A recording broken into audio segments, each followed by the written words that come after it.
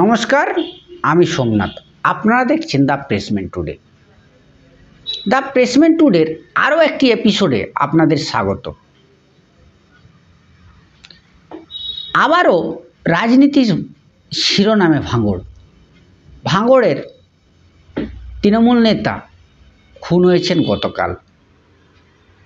আর এই খুনের পর আবার যেন রাজ্য রাজনীতির মানচিত্রে ভাঙড় উঠে এলো সামনের সারিতে। কিন্তু কেন বারবার এই ভাঙড়ের হিংসার রাজনীতি? এবং এই যে খুন, একজন তৃণমূলের কংগ্রেসের অঞ্চল সভাপতি তার দুজন সঙ্গীর সাথে বাড়ি ফেরার পথে প্রথমে গুলি করা হলো, তারপরে গলায় কোপ, মৃত্যু নিশ্চিত করতে, এবং তার ফলে মারা গেলেন তিনি।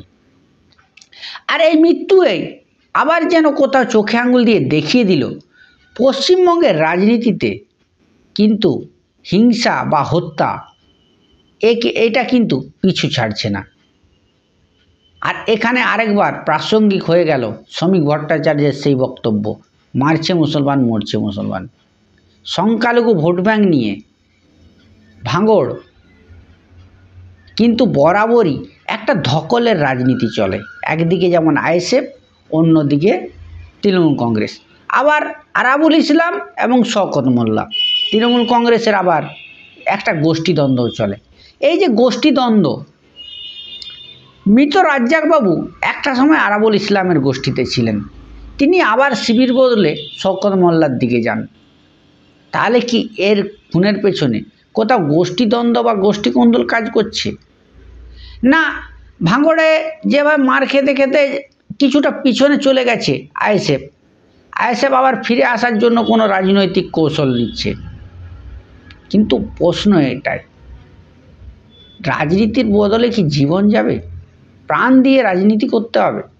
তাহলে কেন সাধারণ মানুষ এই রাজনীতিতে আসবেন? আর এই প্রশ্নগুলোর উত্তর খুঁজব আমরা।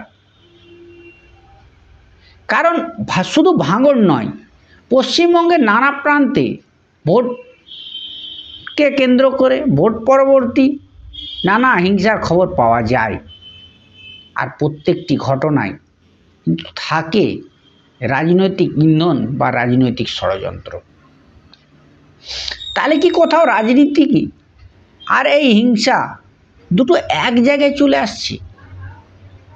এই বিষয়গুলি কিন্তু আগামী 2026-এর ভোটে সব থেকে বড় ইস্যু হয়ে দাঁড়াবে। এবং শুধু ইস্যুই না, বিরোধীরা একদম চেপে ধরবে শাসক দলকে। অনেক ক্ষেত্রে শাসক দলের নেতারা উত্তর দিতে গিয়ে কিন্তু অসুবিধায় পড়বেন। নজরে থাকবে পরবর্তী এপিসোডে। ভালো থাকবেন, সুস্থ থাকবেন।